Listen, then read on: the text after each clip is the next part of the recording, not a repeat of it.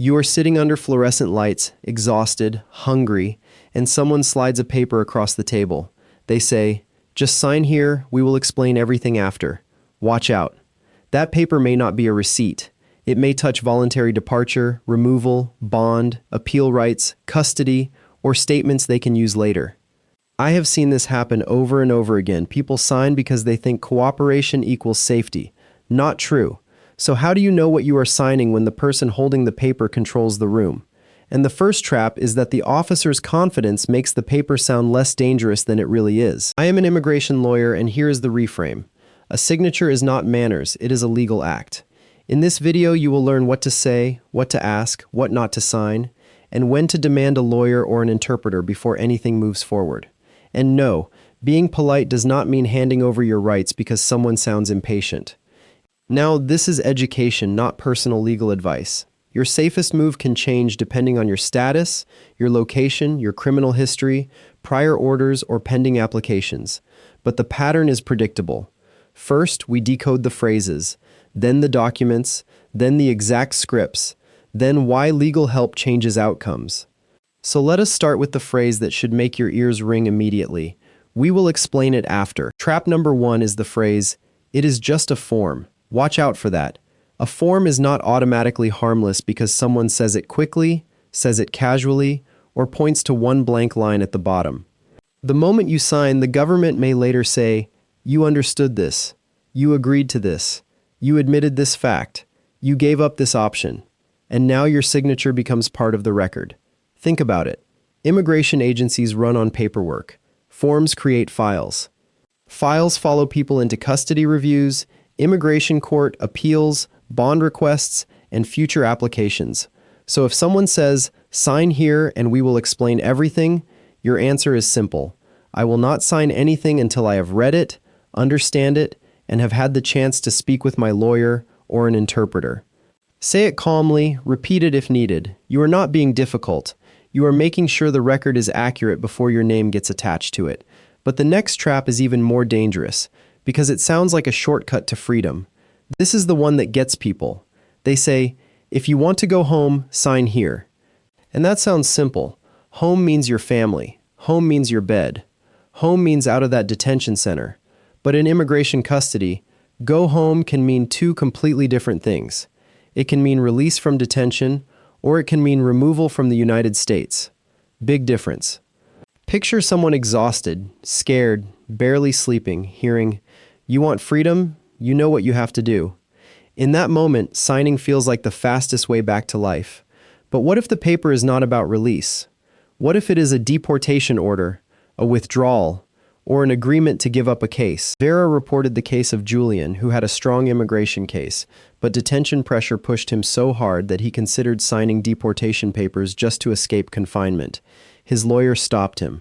That is the point. Detention pressure is not just physical. It is psychological. People with real defenses can make irreversible decisions because they are desperate for air, sleep, food, family, anything normal. So your response is, what does go home mean?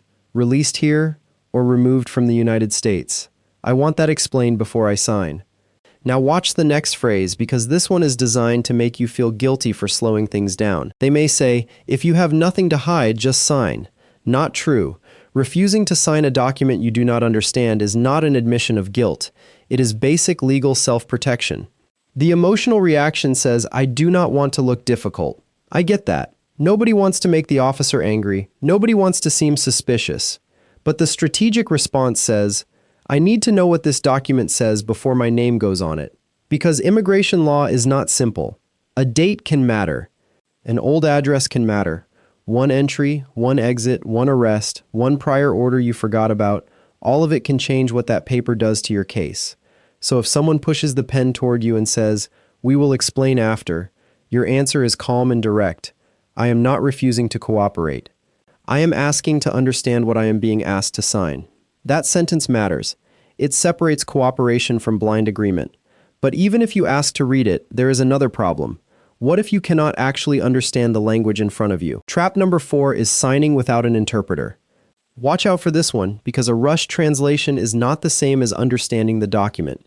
An officer may point to the page and say, "This just says you received it," or "This is only routine." Maybe that is true. Maybe it is not. The problem is, if you cannot read the document fluently, you cannot check what got skipped. Think about what can be buried in writing: waiver language, appeal deadlines, admissions about how you entered, agreements to accept removal, consequences that only matter later. One quick oral summary can leave out the sentence that hurts you most. So do not nod along just because everyone in the room is acting like this is routine. Your answer is simple. I need this document translated into a language I understand before I make any decision. Slow the room down. Force clarity before your name goes on paper. And this leads to the biggest thing people misunderstand. The right to a lawyer in immigration proceedings is not what most people think it is. Here is the part nobody explains clearly. In immigration court, you generally have the right to hire a lawyer, but the government usually does not give you one for free the way it does in criminal court. That difference is huge, because if you are detained, scared, and standing in front of a judge alone, you may not know three things. Do I qualify for relief? Should I appeal? Did that paper I signed give up a defense I actually had? And that is not theory. Vera has reported that detained immigrants with lawyers are much more likely to be released, and much more likely to win the right to remain permanently. Why? Because a lawyer can spot the issue you do not even know exists: asylum, cancellation, a prior order, a missed deadline, a bad translation, a supposed voluntary departure that is not really voluntary when you do not understand the consequence. That is what happened with Julian. His lawyer did not just stop him from signing deportation papers. Later, when his case was terminated and ICE still did not release him, the lawyer had to step in again. So do not treat counsel like a luxury. In this system, counsel can be the difference between a door opening and a door locking behind you. So if the officer says, "You do not need a lawyer for this," here is how you should hear that sentence. Trap number 5 is this sentence: "You do not need a lawyer for this."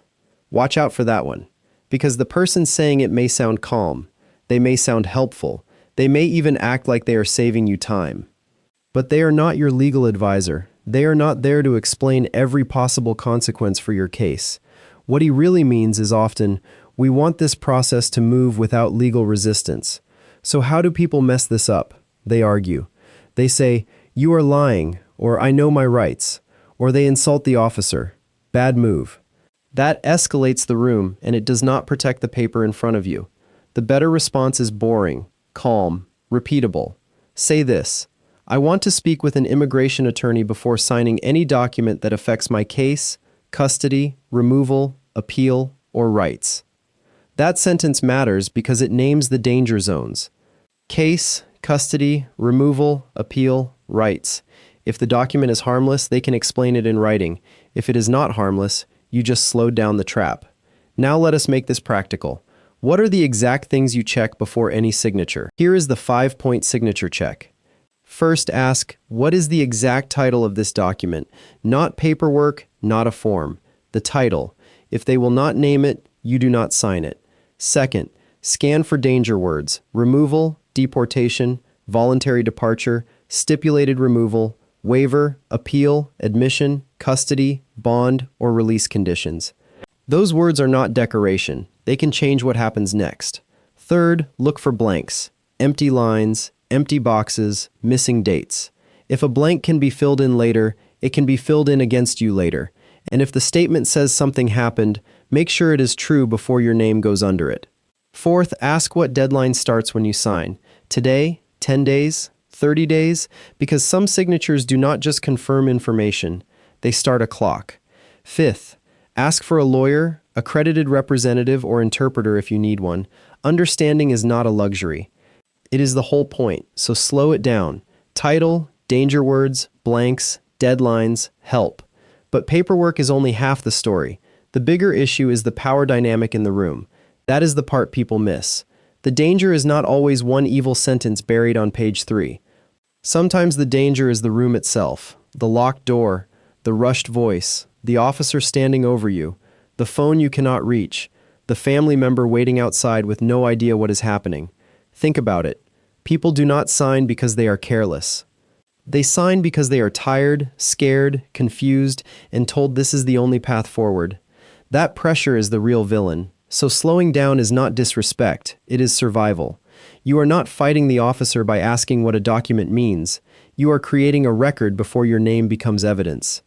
So now we can finally answer the question from the beginning. What do you do when they say, sign here and we'll explain everything? Here is the answer.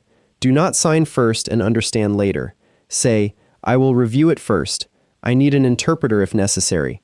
I want to speak with my lawyer. Please give me a copy. That is the script. Use it calmly. Repeat it if you have to. For families, start writing things down immediately. The person's A number, detention location, officer names if available, dates, document titles, and every paper they were asked to sign.